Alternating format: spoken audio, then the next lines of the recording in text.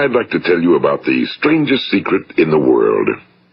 Some years ago, the late Nobel Prize-winning Dr. Albert Schweitzer was being interviewed in London, and a reporter asked him, "Doctor, what's wrong with men today?" And the great doctor was silent a moment, and then he said, "Men simply don't think." It's about this that I want to talk with you. We live today in a golden age. This is an era that man has looked forward to, dreamed of, and worked toward for thousands of years. But since it's here, we pretty well take it for granted. We in America are particularly fortunate to live in the richest land that ever existed on the face of the earth, a land of abundant opportunity for everyone. But do you know what happens? Well, let's take 100 men who start even at the age of 25. Do you have any idea what will happen to those men by the time they're 65? These 100 men who all start even at the age of 25 believe they're going to be successful. If you asked any one of these men if he wanted to be a success, he'd tell you he did. And you'd notice that he was eager toward life, that there was a certain sparkle to his eye, an erectness to his carriage, and life seemed like a pretty interesting adventure to him. But by the time they're 65, 1 will be rich. 4 will be financially independent. 5 will still be working. 54 will be broke. Now think a moment. Out of the 100, only 5 make the grade. Now why do so many fail?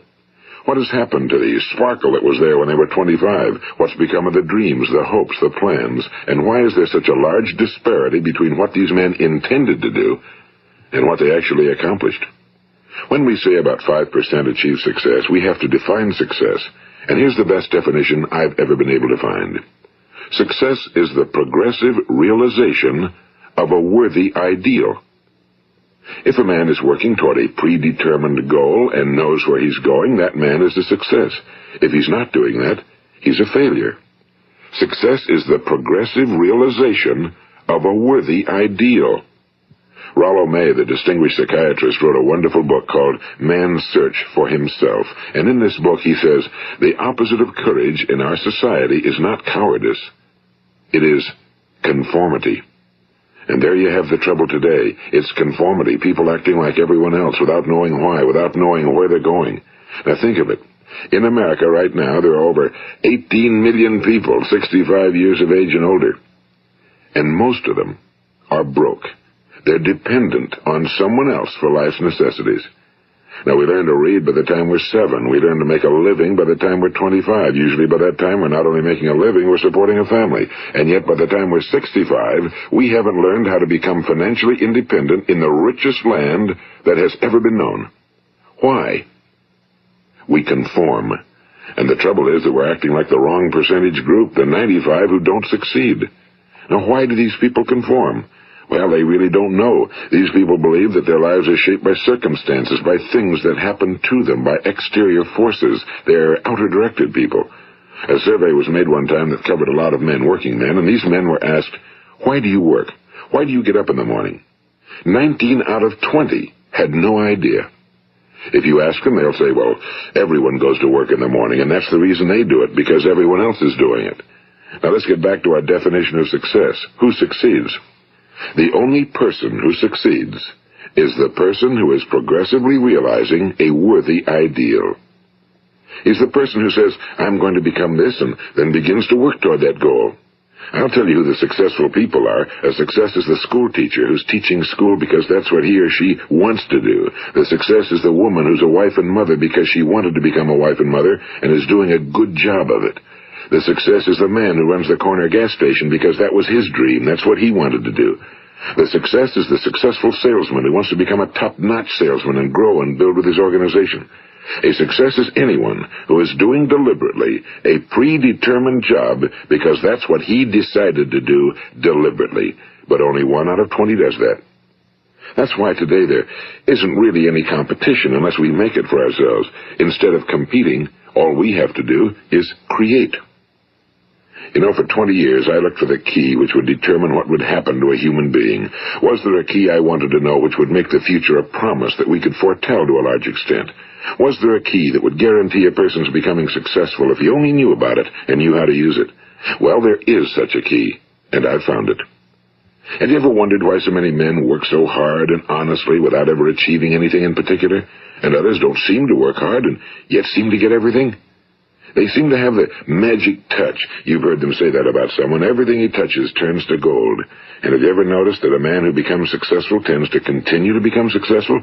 And on the other hand, have you noticed how a man who's a failure tends to continue to fail? Well, it's because of goals. Some of us have goals, some don't. People with goals succeed because they know where they're going. It's that simple. Think of a ship leaving a harbor, and think of it with the complete voyage mapped out and planned. The captain and crew know exactly where it's going and how long it'll take. It has a definite goal. Now, 9,999 times out of 10,000, it will get to where it started out to get. Now let's take another ship, just like the first, only let's not put a crew on it or a captain at the helm. Let's give it no aiming point, no goal, no destination. We just start the engines and let it go. I think you'll agree with me that if it gets out of the harbor at all, it will either sink or wind up on some deserted beach, a derelict. It can't go anyplace because it has no destination and no guidance, and it's the same with a human being. Take the salesman, for example. There's no other person in the world today with the future of a good salesman. Selling is the world's highest paid profession, if we're good at it and if we know where we're going. Every company needs top-notch salesmen, and they reward those men. The sky's the limit for them. But how many can you find? Someone once said the human race is fixed, not to prevent the strong from winning, but to prevent the weak from losing. The American economy today can be likened to a convoy in time of war. The entire economy is slowed down to protect its weakest link, just as the convoy had to go at the speed that would permit its slowest vessel to remain in formation. That's why it's so easy to make a living today. It takes no particular brains or talent to make a living and support a family today. So we have a plateau of so-called security, if that's what a person's looking for. But we do have to decide how high above this plateau we want to aim. Now let's get back to the strangest secret in the world, the story that I wanted to tell you today. Why do men with goals succeed in life and men without them fail? Well, let me tell you something which, if you really understand it, will alter your life immediately. If you understand completely what I'm going to tell you from this moment on, your life will never be the same again. You will suddenly find that good luck just seems to be attracted to you. The things you want just seem to fall in line, and from now on you won't have the problems, the worries, the gnawing lump of anxiety that perhaps you've experienced before. Doubt, fear, well, they'll be things of the past. Here's the key to success and the key to failure. We become what we think about. Now let me say that again. We become what we think about. Throughout all history, the great wise men and teachers, philosophers and prophets have disagreed with one another on many different things. It's only on this one point that they are in complete and unanimous agreement. Listen to what Marcus Aurelius, the great Roman emperor, said. A man's life is what his thoughts make of it. Disraeli said this, everything comes if a man will only wait. I've brought myself by long meditation to the conviction that a human being with a settled purpose must accomplish it, and that nothing can resist a will that will stake even existence for its fulfillment. Ralph Waldo Emerson said this, a man is what he thinks about all day long.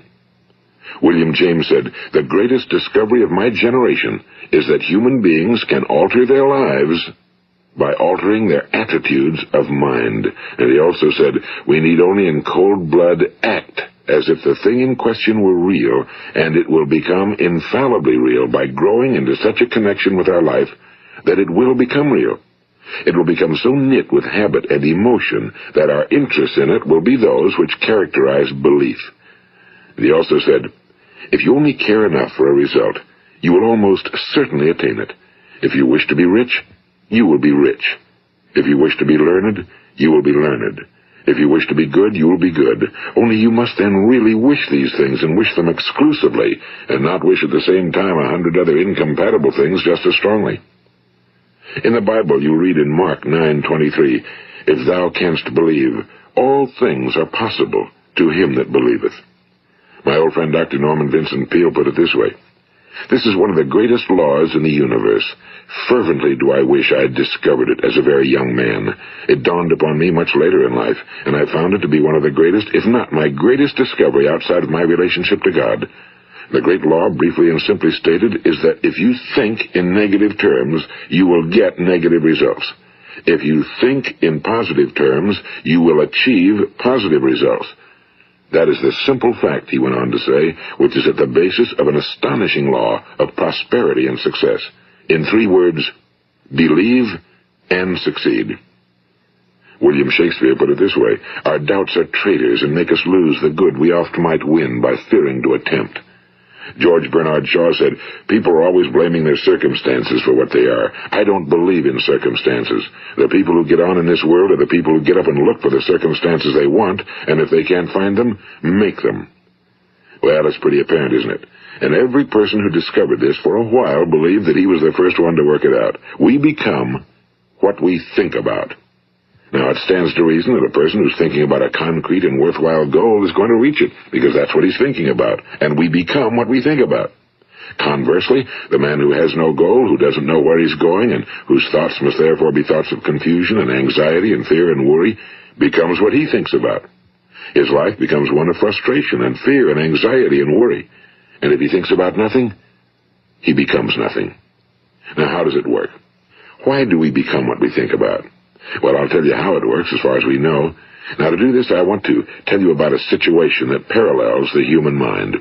Suppose a farmer has some land, and it's good fertile land. Now, the land gives the farmer a choice. He may plant in that land whatever he chooses. The land doesn't care. It's up to the farmer to make the decision. Now, remember, we're comparing the human mind with the land because the mind, like the land, doesn't care what you plant in it. It will return what you plant, but it doesn't care what you plant. Now, let's say that the farmer has 2 seeds in his hand. One is a seed of corn. The other is nightshade, a deadly poison. He digs 2 little holes in the earth, and he plants both seeds, one corn, the other nightshade. He covers up the holes, waters, and takes care of the land, and what will happen? Invariably, the land will return what's planted. As it's written in the Bible, as ye sow, so shall ye reap. Now remember, the land doesn't care. It'll return poison in just as wonderful abundance as it will corn. So up come the 2 plants, one corn, one poison. Now, the human mind is far more fertile, far more incredible and mysterious than the land, but it works the same way. It doesn't care what we plant. Success, failure. A concrete, worthwhile goal, or confusion. Misunderstanding, fear, anxiety, and so on. But what we plant, it must return to us. You see, the human mind is the last great unexplored continent on Earth. It contains riches beyond our wildest dreams. It will return anything we want to plant. Now, you might say, well, if that's true, why don't people use their minds more? Well, I think they figured out an answer to that one, too. Our mind comes as standard equipment at birth. It's free, and things that are given to us for nothing we place little value on. Things that we pay money for, we value. The paradox is that exactly the reverse is true. Everything that's really worthwhile in life came to us free. Our minds, our souls, our bodies, our hopes, our dreams, our ambitions, our intelligence, our love of family and children and friends and country, all these priceless possessions are free. But the things that cost us money are actually very cheap and can be replaced at any time. A good man can be completely wiped out and make another fortune. He can do that several times. Even if our home burns down, we can rebuild it. But the things we got for nothing, we can never replace. The human mind isn't used because we take it for granted. Familiarity breeds contempt. It can do any kind of job we assign to it, but generally speaking, we use it for little jobs instead of big, important ones. Universities have proved that most of us are operating on about 10% or less of our abilities. So decide now, what is it you want? Plant your goal in your mind. It's the most important decision you'll ever make in your entire life. What is it you want? Do you want to be an outstanding salesman? A better worker at your particular job? Do you want to go places in your company? In your community? Do you want to get rich? All you've got to do is plant that seed in your mind, care for it, work steadily toward your goal, and it will become a reality. It not only will, there's no way that it cannot. You see, that's a law, like the laws of Sir Isaac Newton, the laws of gravity. If you get on top of a building and jump off, you'll always go down. You'll never go up, and it's the same with all the other laws of nature. They always work. They're inflexible. Think about your goal in a relaxed, positive way. Picture yourself in your mind's eye as having already achieved this goal. See yourself doing the things you will be doing when you've reached your goal. Ours has been called the phenobarbital age, the age of ulcers and nervous breakdowns and tranquilizers. At a time when medical research has raised us to a new plateau of good health and longevity, far too many of us worry ourselves into an early grave trying to cope with things in our own little personal ways without learning a few great laws that will take care of everything for us. These things we bring on ourselves through our habitual way of thinking. Every one of us is the sum total of his own thoughts. He is where he is because that's exactly where he really wants to be, whether he'll admit that or not. Each of us must live off the fruit of his thoughts in the future, because what you think today and tomorrow, next month and next year, will mold your life and determine your future. You're guided by your mind. I remember one time I was driving through eastern Arizona, and I saw one of those giant earth-moving machines roaring along the road at about 35 miles an hour with what looked like 30 tons of dirt in it, a tremendous, incredible machine, and there was a little man perched way up on top with the wheel in his hands guiding it. And as I drove along, I was struck by the similarity of that machine to the human mind. Just suppose you're sitting at the controls of such a vast source of energy. Are you going to sit back and fold your arms and let it run itself into a ditch? Or are you going to keep both hands firmly on the wheel and control and direct this power to a specific, worthwhile purpose? It's up to you. You're in the driver's seat. You see, the very law that gives us success is a two-edged sword. We must control our thinking. The same rule that can lead a man to a life of success, wealth, happiness, and all the things he ever dreamed of for himself and his family. That very same law can lead him into the gutter. It's all in how he uses it, for good or for bad. This is the strangest secret in the world. Now, why do I say it's strange, and why do I call it a secret? Actually, it isn't a secret at all. It was first promulgated by some of the earliest wise men, and it appears again and again throughout the Bible, but very few people have learned it, understand it. That's why it's strange, and why for some equally strange reason it virtually remains a secret. I believe that you could go out and walk down the main street of your town and ask one man after another what the secret of success is, and you probably wouldn't run into one man in a month who could tell you. Now, this information is enormously valuable to us if we really understand it and apply it. It's valuable to us not only for our own lives, but the lives of those around us, our families, employees, associates, and friends. Life should be an exciting adventure. It should never be a bore. A man should live fully, be alive. He should be glad to get out of bed in the morning. He should be doing a job he likes to do because he does it well. One time I heard Grove Patterson, the great late editor-in-chief of the Toledo Daily Blade, make a speech, and as he concluded his speech, he said something I've never forgotten. He said, "My years in the newspaper business have convinced me of several things. Among them, that people are basically good, and that we came from someplace, and we're going someplace. So we should make our time here an exciting adventure. The architect of the universe didn't build a stairway leading nowhere." And the greatest teacher of all, the carpenter from the plains of Galilee, gave us the secret time and time again. As ye believe, so shall it be done unto you. I've explained the strangest secret in the world and how it works. Now, on this side, I want to explain how you can prove to yourself the enormous returns possible in your own life by putting this secret to a practical test. I want you to make a test that will last 30 days. It isn't going to be easy, but if you'll give it a good try, it will completely change your life for the better. Now, back in the 17th century, Sir Isaac Newton, the English mathematician and natural philosopher, gave us some natural laws of physics which apply as much to human beings as they do to the movement of bodies in the universe. And one of these laws is that for every action, there is an equal and opposite reaction. Simply stated, as it applies to you and me, it means we can achieve nothing without paying the price. The results of your 30-day experiment will be in direct proportion to the effort you put forth. To be a doctor, you must pay the price of long years of difficult study. To be successful in selling, and remember that each of us succeeds to the extent of his ability to sell. Selling our families on our ideas, selling education in schools, selling our children on the advantages of living the good and honest life, selling our associates and employees on the importance of being exceptional people.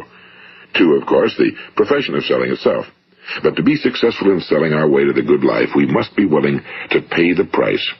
Now, what is that price? Well, it's many things. First, it's understanding emotionally, as well as intellectually, that we literally become what we think about, that we must control our thoughts if we're to control our lives. It's understanding fully that as ye sow, so shall ye reap. Second, it's cutting away all fetters from the mind and permitting it to soar as it was divinely designed to do. It's the realization that your limitations are self-imposed and that the opportunities for you today are enormous beyond belief. It's rising above narrow-minded pettiness and prejudice. And third, it's using all your courage to force yourself to think positively on your own problem, to set a definite and clearly defined goal for yourself, to let your marvelous mind think about your goal from all possible angles, to let your imagination speculate freely upon many different possible solutions, to refuse to believe that there are any circumstances sufficiently strong to defeat you in the accomplishment of your purpose, to act promptly and decisively when your course is clear, and to keep constantly aware of the fact that you are, at this moment, standing in the middle of your own acres of diamonds, as Russell Conwell used to point out. And fourth, save at least 10% of every dollar you earn. It's also remembering that no matter what your present job, it has enormous possibilities, if you're willing to pay the price. Now let's just go over the important points in the price each of us must pay to achieve the wonderful life that can be ours. It is, of course, worth any price. 1. You will become what you think about. 2. Remember the word imagination and let your mind begin to soar. 3. Courage. Concentrate on your goal every day. 4. Save 10% of what you earn. And 5. Action. Ideas are worthless unless we act on them. Now, I'll try to outline the 30-day test I want you to make. Keep in mind that you have nothing to lose by making this test and everything you could possibly want to gain. There are 2 things that may be said of everyone. Each of us wants something, and each of us is afraid of something. I want you to write on a card what it is you want more than anything else. It may be more money. Perhaps you'd like to double your income or make a specific amount of money. It may be a beautiful home. It may be success at your job. It may be a particular position in life. It could be a more harmonious family. Each of us wants something. Now write down on your card specifically what it is you want. Make sure it's a single goal and clearly defined. You needn't show it to anyone, but carry it with you so that you can look at it several times a day. Think about it in a cheerful, relaxed, positive way each morning when you get up, and immediately you have something to work for, something to get out of bed for, something to live for. Look at it every chance you get during the day and just before going to bed at night. And as you look at it, remember that you must become what you think about, and since you're thinking about your goal, you realize that soon it will be yours. In fact, it's yours really the moment you write it down and begin to think about it. Look at the abundance all around you as you go about your daily business. You have as much right to this abundance as any other living creature. It's yours for the asking. Now we come to the difficult part. Difficult because it means the formation of what is probably a brand new habit, and new habits are not easily formed. Once formed, however, it will follow you for the rest of your life. Stop thinking about what it is you fear. Each time a fearful or negative thought comes into your consciousness, replace it with a mental picture of your positive and worthwhile goal. And there will come times when you'll feel like giving up. It's easier for a human being to think negatively than positively. That's why only 5% are successful. You must begin now to place yourself in that group. For 30 days, you must take control of your mind. It will think about only what you permit it to think about. Each day for this 30-day test, do more than you have to do. In addition to maintaining a cheerful, positive outlook, give of yourself more than you've ever done before. Do this knowing that your returns in life must be in direct proportion to what you give. The moment you decide on a goal to work toward, you're immediately a successful person. You are then in that rare and successful category of people who know where they're going. Out of every 100 people, you belong to the top 5. Don't concern yourself too much with how you're going to achieve your goal. Leave that completely to a power greater than yourself. All you have to do is know where you're going. The answers will come to you of their own accord and at the right time. Remember these words from the Sermon on the Mount, and remember them well. Keep them constantly before you this month of your test. Ask, and it shall be given you. Seek, and ye shall find. Knock, and it shall be opened unto you. For every one that asketh receiveth, and he that seeketh findeth, and to him that knocketh it shall be opened. It's as marvelous and as simple as that. In fact, it's so simple that in our seemingly complicated world, it's difficult for an adult to understand that all he needs is a purpose and faith. For 30 days, Do your very best. If you're a salesman, go at it as you've never done before, not in a hectic fashion, but with the calm, cheerful assurance that time well spent will give you the abundance in return you deserve and want. If you're a homemaker, devote your 30-day test to completely giving of yourself without thinking about receiving anything in return, and you'll be amazed at the difference it makes in your life. No matter what your job, do it as you've never done it before for 30 days. And if you've kept your goal before you every day, you'll wonder and marvel at this new life you've found. Dorothea Brand, the outstanding editor and writer, discovered it for herself and tells about it in her fine book, Wake Up and Live. Her entire philosophy is reduced to the words, act as though it were impossible to fail. She made her own test with sincerity and faith, and her entire life was changed to one of overwhelming success. Now, you make your test for 30 full days. Don't start your test until you've made up your mind to stick with it. You see, by being persistent, you're demonstrating faith. Persistence is simply another word for faith. If you didn't have faith, you'd never persist. If you should fail during your first 30 days, by that I mean suddenly find yourself overwhelmed by negative thoughts, you've got to start over again from that point and go 30 more days. Gradually, your new habit will form until you find yourself one of that wonderful minority to whom virtually nothing is impossible. And don't forget the card. It's vitally important as you begin this new way of living. On one side of the card, write your goal, whatever it may be. On the other side, write the words we've quoted from the Sermon on the Mount. Ask, and it shall be given you. Seek, and ye shall find. Knock, and it shall be opened unto you. Nothing great was ever accomplished without inspiration. See that during these crucial first 30 days, your own inspiration is kept at a peak. And above all, don't worry. Worry brings fear, and fear is crippling. The only thing that can cause you to worry during your test is trying to do it all yourself. Know that all you have to do is hold your goal before you. Everything else will take care of itself. Remember also to keep calm and cheerful. Don't let petty things annoy you and get you off course. Now, since making this test is difficult, some will say, why should I bother? Well, look at the alternative. No one wants to be a failure. No one really wants to be a mediocre individual. No one wants a life constantly filled with worry and fear and frustration. Therefore, remember that you must reap that which you sow. If you sow negative thoughts, your life will be filled with negative things. If you sow positive thoughts, your life will be cheerful, successful, and positive. Now, gradually, you will have a tendency to forget what you've heard on this recording. Play it often. Keep reminding yourself of what you must do to form this new habit. Gather your whole family around at regular intervals and listen to what's been said here. You know, most men will tell you that they want to make money without understanding the law. The only people who make money work in a mint. The rest of us must earn money. This is what causes those who keep looking for something for nothing or a free ride to fail in life. The only way to earn money is by providing people with services or products which are needed and useful. We exchange our time and our product or service for the other man's money. Therefore, the law is that our financial return will be in direct proportion to our service. Now, success is not the result of making money. Making money is the result of success, and success is in direct proportion to our service. Most people have this law backwards. They believe that you're successful if you earn a lot of money. The truth is that you can only earn money after you're successful. It's like the story of the man who sat in front of the stove and said to it, "Give me heat, and then I'll add the wood."